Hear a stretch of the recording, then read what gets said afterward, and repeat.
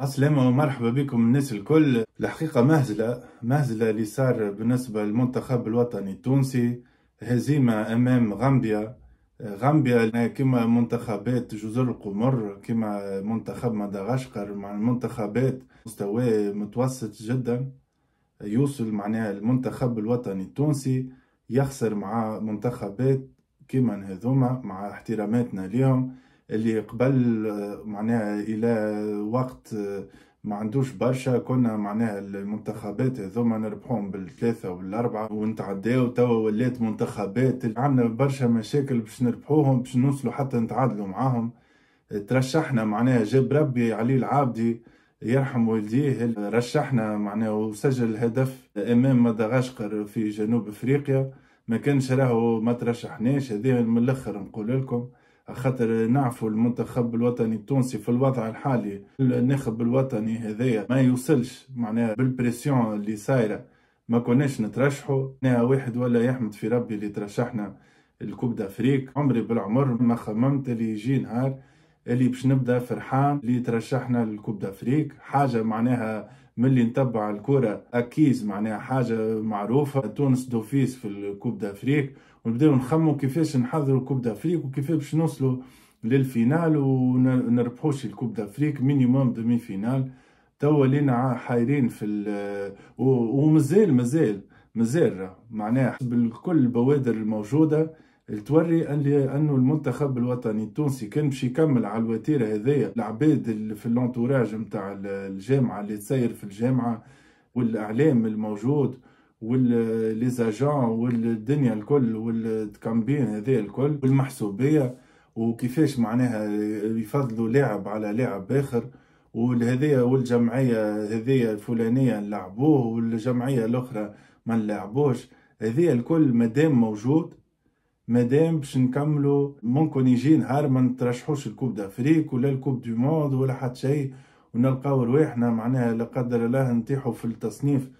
معناها واحد ما يحبش حتى يخمم في الحكايه هذيا. نرجعوا للمباراه باش نحكيو على المباراه بالديتاي، معناها لاعب لاعب. نبداو ايمن دحمان خرج ماتشو. نسمعوا برشا دي كومنتير من بعض الجماهير اللي معناها البونتو اللي قبلوا ايمن دحمان غلطه من ايمن دحمان. صحيح ممكن كان من ناحيه انه كان يجم يعطي دي كونسيني خير، اللي يوقف الدفاع نتاعو خير، لكن معناها كي تجي تشوف المسؤوليه تقعد قبل كل شيء للمدافعين، وخاصه ياسين مريح. نتعداو لياسين مريح، حكينا عليه في الفيديو اللي فات. ياسين مريح ما عندوش بلاصه في المنتخب، هذه عنا برشا نحكيو عليها. ياسين مريح انت علاش انت انترناسيونال؟ ما هو انت لاعب دولي وكابيتان دو ليكيب ناسيونال. تعرف معناها الكابيتان هذيك كابيتان تاع المنتخب الوطني التونسي، حاجه كبيره معناها، مش اي لاعب هكاك تختف الوقت هذاك. تلعب كورنير ما تعرفش توقف الدفاع نتاعك، ما تعرفش تعمل انترسبسيون، ما تعرفش تعمل ماركاج، ما تعرفش تعمل كوفرتور دو زون نتاعك. معناها شنو دورك انت؟ شنو الفرق بينك انت واي لاعب في البطوله التونسيه؟ الواش يعيطولك المنتخب الوطني التونسي؟ معناها هذه بالنسبه لياسين مريح قلناه معناها ما عندوش بلاصه في المنتخب. علي غرام نجمو نلقاو له اعذار. علي غرام اول حاجه ما عندوش فيكو كبير مع ليكيب ناسيونال، لعب بعض المباريات عمره ما كان اساسي، وزاد معناها في شختار مازال مش لاقي بلاصتو. الحقيقه معناها في شختار نتمناو له يلقى بلاصتو. النيفو قوي معناها تشامبيونز ليغ، نقص كومبيتيسيون ظاهر، نقص ثقه في النفس، معناها ماهوش عليه غرام اللي عرفناه مع السي اس اس. تعداو من الجهه اليمين محمود غربال كيف نلقاو له اعذار بالنسبه للمباراه. اول مباراه ليه لاعب شاب مازال، اول مباراه ليه في المنتخب الوطني التونسي وزيد اساسي، تنجم تقول خرج ماتشوه. بون ما ريناش معناها نيفو كبير، لكن معناها لاعب مازال لازمه وقت باش يتاقلم. والحقيقه بالنسبه لظهير ايمن، انت توا تلعب ضد غامبيا لازم تربح، معناها لازم الظهير ايمن يبدا طالع هابط. نعاودوا نسألوا سؤال، علاش يان فاليري ما تمش استدعاء؟ يقولوا ظروف عائلية. معناها واحد ما عادش يعرف يصدق ولا ما يصدقش.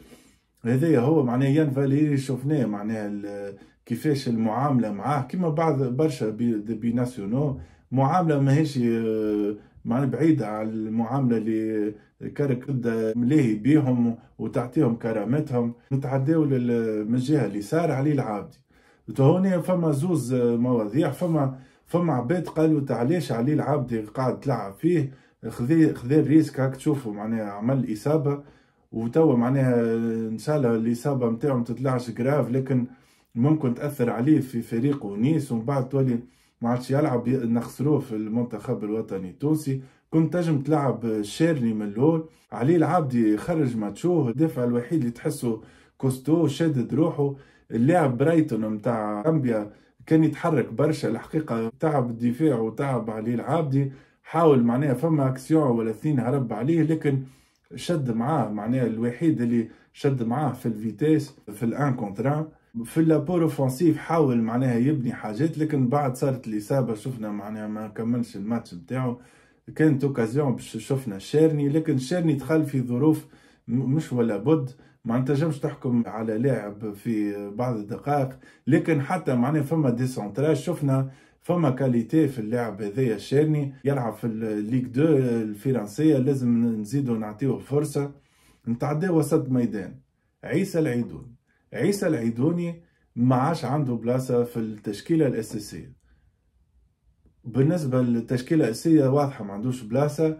ممكن يجموا يعيطوا للمنتخب الوطني التونسي، خاطر تحب ولا تكره نجم معناها تستعملوا في بعض المباريات كي تبدا ضد في منتخبات كبيره، تحب معناها توقف الديفانس وتعبي الميليو معناها بجوار كوستو ويدخل في لي دويل وفي لي تاكل، تنجم تلعب عيسى العيدوني. ما عدا ذلك تخي ليميتي معناها تكنيكمون ناقص ياسر، من ناحيه حتى الجرينتا نتاعو نقص برشا، تحسه رزين ملي مشى لقطر معناها تقولش عليه زيت لاعب وحطيت لاعب. مشيو بالنسبه لميزوني، الميزوني لاعب الوحيد من اللاعبين الجدد اللي دخلوا، ترى معناها الكاليتي، ترى كيفاش سكانينج يعملوا مليح على اليمين على اليسار، يعرف معناها وين يقف، يعرف كيف تخرج كرة، ما يخسرش كورته. مازال ناقص بيان سور اوتوماتيزم مع اصحابه خاطر اول مباراة ليه، لكن لاعب هذايا لاعب لازم يلعب في التشكيلة الاساسية والمباريات الجاية، ما فماش حتى كلام.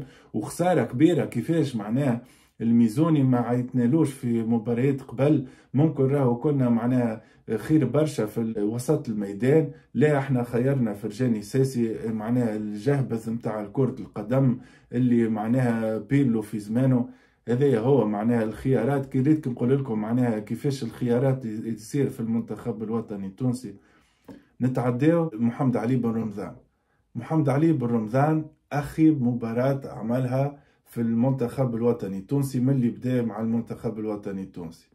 محمد علي بن رمضان ترجي رياضي تونسي، ما هوش محمد علي بن رمضان الحالي متاع فريق فاروش المجري. معناها تخش عليه نهز كيف هزيت لاعب وحطيت لاعب. محمد علي بن رمضان ما عادش يعرف يفسخ لاعب، محمد علي بن رمضان ما عادش يعرف يشوط، محمد علي بن رمضان ما عادش يعرف يمشي بوكس تو بوكس. ممكن الفرصة الوحيدة هكا رينا هكا كما تقول تريف بالكل كي جات معناها فما فرصة دز الكرة براسه معناها ضربها بالراس وكمل معناها الكورس نتاعو، وشفنا بعد ما عمل بها شيء. معناها محمد علي بن رمضان نقطة استفهام، كيف معناها ماهوش لاعب متاع باش يبدا التشكيلة الأساسية، لازم يرجع في فريق فاروش نيفو مخير ومعناها يرجع للبوكس تو بوكس. معناها محمد علي بن رمضان كان من اللاعبين القليلين اللي تشوف يبدا الهجمة ويفهم، تفكروا معناها النيفو نتاعو في الترجي الرياضي التونسي كانت نوارة البطولة التونسية الحقيقة، شاحب ياسر. وفي مباراة كيما هكا كنا معاملين عليه ما عمل شيء. نمشيو من الجهة اليسار، أحسن لاعب فوق الميدان سيف الله لطيف.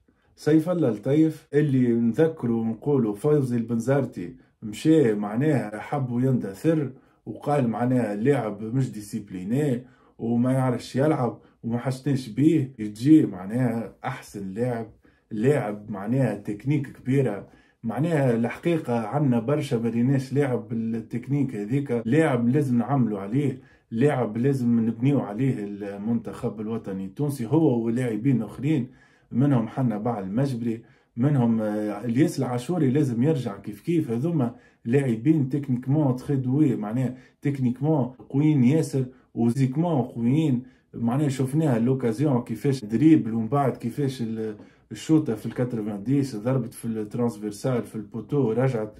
معناها خساره كان جاي هدف، كان معناها المباراه تاخذ منحى اخر ويكون يمكن من احسن الاهداف في التصفيات كاس افريقيا هذيا. معناها هذيا جوار ما عادش ترجعونا تقولوا لنا نحكي على الاعلام يبداو يقولوا معناها يجرحوا في الجوارات هذوما. اخطاو للجوارات نتاعنا لي بيناسيونو هذوما اللي عندهم الكاليتي، وبالله تلهوا بالجمعيات نتاعكم وسيبوا المنتخب الوطني التونسي.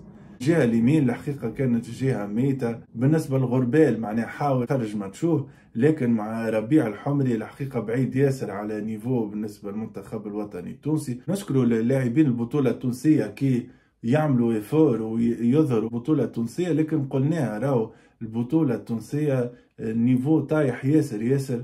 معناها ماهيش مقياس باش تجيب لاعب للمنتخب الوطني التونسي.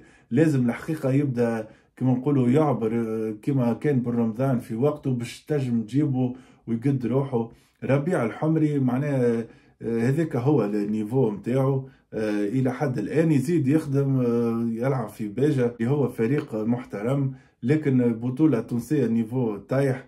لكن حسنا بلاعب جناح ايمن من طراز عالي ماهوش النيفو نتاع ربيع الحمري. شفنا كي دخل عمر العيوني قالوا لنا كيف كيف معناها ديما في الكوميونيكاسيون ما تفهم شيء. سمعنا انه العيوني كان مضروب حسب اوجاع قبل المباراة، ثم نشوفوا اللي دخل يلعب. نعرفوش كيفاش معناها تصير الامور في المنتخب الوطني التونسي. كيف كيف كنا نجموا ندخلوا في عضو الحاج محمد، لكن الحاج محمد بعد شفناه دخل في اخر المباراة ولعب كميليو تيران معناها وسط ميدان غريبة ياسر. ونشوف اللاعب عمره ما لعب وسط ميدان نشوفه في البوست هذايا معناها من التفلسيف نتاع قيس يعقوبي. ثم كان مهاجم صريح شفنا المستوري المباراة هذيا كان متوسط، ما كانش النيفو اللي وراه في المباراة اللي قبلها. هذا هو معناها البطولة التونسية مرة أخرى صعيب تعطيك لاعب تنجم تبني عليه، لكن المستوري ورا كاليتي في المباراة ضد مدغشقر وافود دو ميو. معناش مهاجمين في المنتخب الوطني التونسي، فمعناها نزيدوا نعطيه فرصة نزيدوا نخدموا عليه.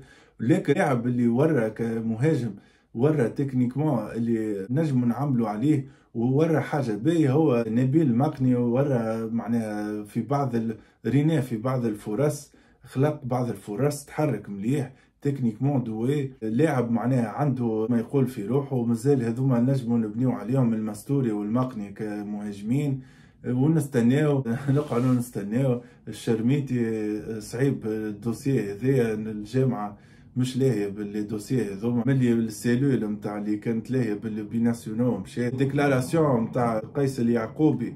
فما عباد عجبتهم اللي كي تسمعوا يتكلم عن تقول جوارديولا تقول مورينيو تقول معناها هذايا ناخب وطني عالمي.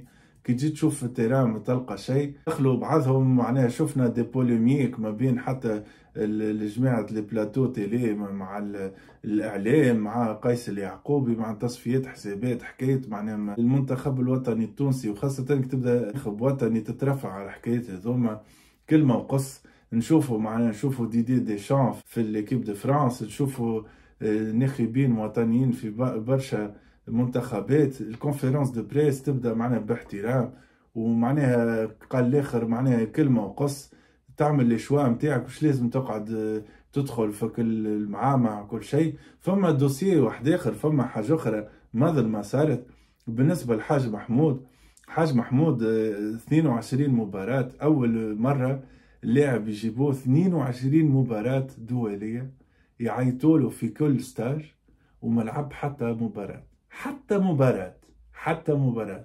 الحاج محمود تعذر معناها حسب اللي أمور عائلية، لكن حسب ما خرج في الميديا خرج أنه حاج محمود متغشش معناها. وما مش مستغربين معناها اي واحد يحط روحه في بلاصته يعيطوله معناها تاع تمزبيل، سامحونا في الكلمه معناها متاع ما تجيش معناها. ونسمعوا انه طبيب المنتخب انه هو معناها قال كوم كوا خايف كي صار المباريات هذوكم ضد كرواتيا نوفا زيلندا في مصر، اللي هو معناها وقتها بليسي طبيب قال انه خواف، لاعب خواف. كيفاش طبيب منتخب يدخل في الحكايات هذوما في الاشواء نتاع سيليكسيونير؟ ما تفهم شيء، معناها شكشوكه داخله بعضها، ما تفهم حتى شيء. وحنا بعد المجبري بليسي الحقيقه نرجعوا له الموضوع هذا، تو نشوفوا كان باش يرجع يلعب في المباريات الجاية. وضع كارثي بالنسبة للمنتخب الوطني التونسي، وضع يحزن. ونقولوا لكم معناها العباد اللي شاد المنتخب التونسي،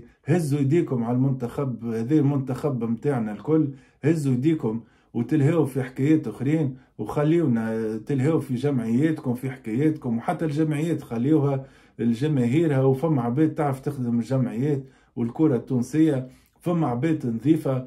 ما نحبش نقول الاسامي، نعرفوها الكل، معروفه معناها محترمه من الجماهير الكل، تجم تجي تخدم المنتخب الوطني التونسي. جايه انتخابات في جانفي ان شاء الله، معناها العباد الوطنيه، العباد اللي تحب البلاد هذيا، العباد تحب المنتخب هذيا، العباد اللي تحب تدخل فرحه للشعب هذيا، يتلهوا بالمنتخب ويخليهم يخدموا. وهذايا هو كان الفيديو. ما تنساوش تعملونا سبسكرايب وتعملوا لنا لايك، ونشوفكم في فيديو جديد.